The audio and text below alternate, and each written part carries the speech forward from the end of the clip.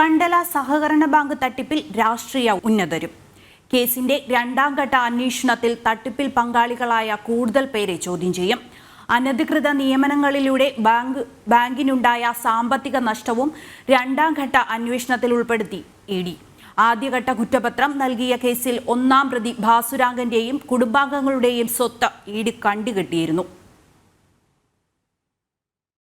വിശദമായ അന്വേഷണം പൂർത്തിയാക്കേണ്ട കേസിൽ രണ്ട് ഘട്ടങ്ങളിലായാണ് കുറ്റപത്രം സമർപ്പിക്കുക.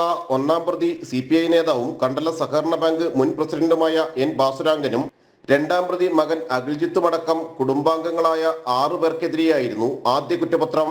രണ്ടാം ഘട്ടത്തിൽ അനധികൃത വായ്പകൾ അനുവദിപ്പിക്കാൻ N ഭാസുരാംഗനുമേൽ സമ്മർദ്ദം ചെലുത്തിയ രാഷ്ട്രീയ നേതാക്കളിലേക്കാണ് അന്വേഷണം.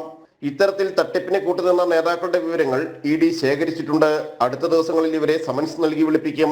നേതാക്കൾ, ഉദ്യോഗസ്ഥർ, ഭരണസമിതി അംഗങ്ങൾ എന്നിവരെ കേന്ദ്രീകരിച്ചാണ് അന്വേഷണം. അനധികൃത നിയമനങ്ങളിലൂടെ ബാങ്കിനുണ്ടായ സാമ്പത്തിക നഷ്ടവും ഇഡിയുടെ അന്വേഷണ പരിധിയിലുണ്ട്.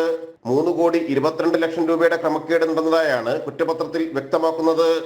N ഭാസുരാംഗനാണ് മുഖ്യ സൂത്രധാരനെന്നും കുറ്റപത്രത്തിലുണ്ട്.